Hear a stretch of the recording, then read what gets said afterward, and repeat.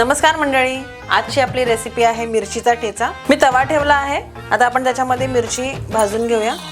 मिरची छान खरपूस भाजायची आहे, अशी पसरवून घ्या म्हणजे सगळ्या सर्व बाजूने समान भाजल्या जातील। मिरची छान भाजून घ्यायची आहे, असे दाग उमटले पाहिजेत त्याच्यावरती।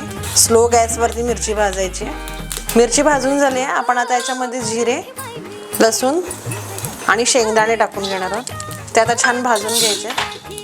ते भाजताना आपण याच्यामध्ये अर्धा पळी तेल घालायचं आहे। स्लो वरती भाजून घ्यायचं आहे 1-5 मिनिटं। थोडीशी कोथिंबीर टाकायची आहे चिरून, तिला 1-2 मिनिटं परतून घ्यायचं आहे। आणि आता आपण ह्याला छान ठेचून घेऊया। गरम असतानाच ठेचून घ्यायचं आहे, थंड झाल्यावरती मिरची बारीक होत नाही। हे बघा आपलं ठेचून झालेलं आहे, असा ओबडधोबड ठेचायचं आहे। आता याच्यावरती आपण 1 पळी तेल घालून घ्यायचं आहे। चला तर तयार आहे आपला झणझणीत असा मिरचीचा ठेचा आणि ज्वारीची भाकरी। तुम्हाला कशी वाटली ही रेसिपी कमेंट मध्ये नक्की सांगा। जर तुम्हाला ही व्हिडिओ आवडली असेल तर प्लीज चॅनलला लाईक, शेअर आणि सबस्क्राईब करा।